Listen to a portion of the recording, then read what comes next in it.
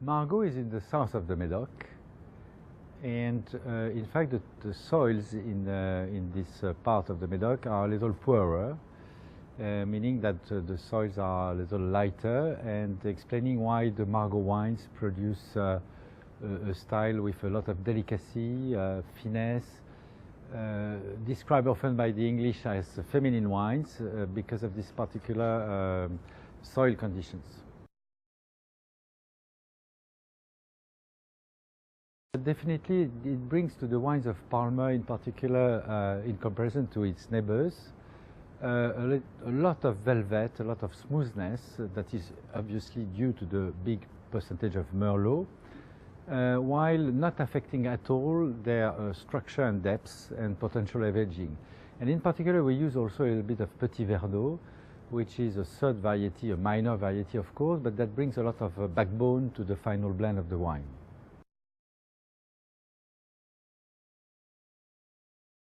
In 2011 is a vintage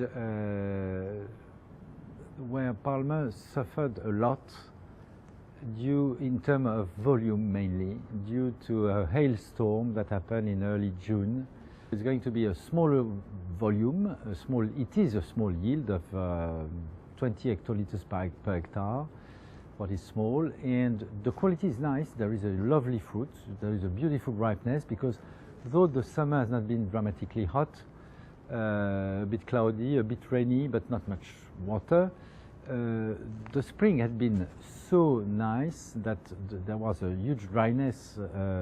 The water tables were already very low, so we had quite a good accumulation, and in particular because we had a small volume to grow. So we have a good concentration, nice ripeness. September and October have been wonderful in Bordeaux. Beautiful weather, and so beautiful end of the maturity process. It's not going to be the concentration of a 2010 or 2009. We have a little less sugar as well, so a little less alcohol, but we are going to have the balance. In any vintage, what we target is the overall balance of the wine in order to build a wine that will have the harmony and then the potential of developing further with aging. So as I said, we had a fabulous series of vintages during this decade of the 2000s, probably a series as we have never seen.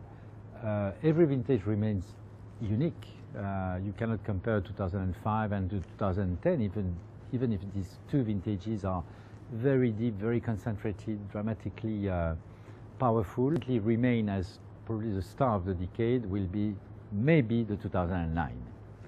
That is a fabulous vintage, but I think there will be a big and long debate to know whether the 2010 is bigger than the 09 or vice versa. I could mention also 2006, 2008 that are fabulous wines. So again, difficult to make a choice. Probably the most difficult was 2002, and the less concentrated was 2007. But even these two vintages are at a far higher level than many vintages of the previous decade. So again, we have put the how can I say, the level at such a high standard that the decade of the 2010 is going to be tough to match now.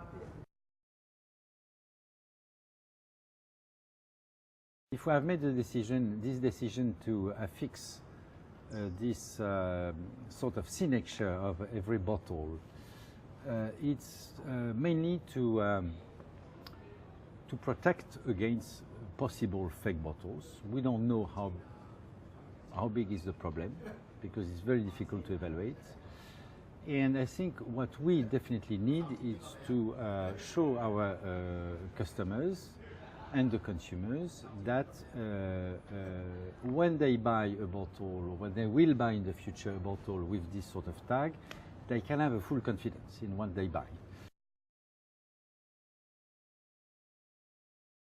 Well, many, of course, and the beauty is to try many different wines regularly. if I had to mention one immediately in a few seconds, I would mention something not red, because out of the Médoc there are also some white wines.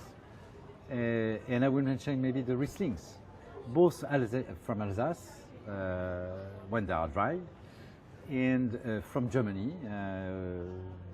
They are completely different, but both very nice and beautiful. It's a variety and wines that I love.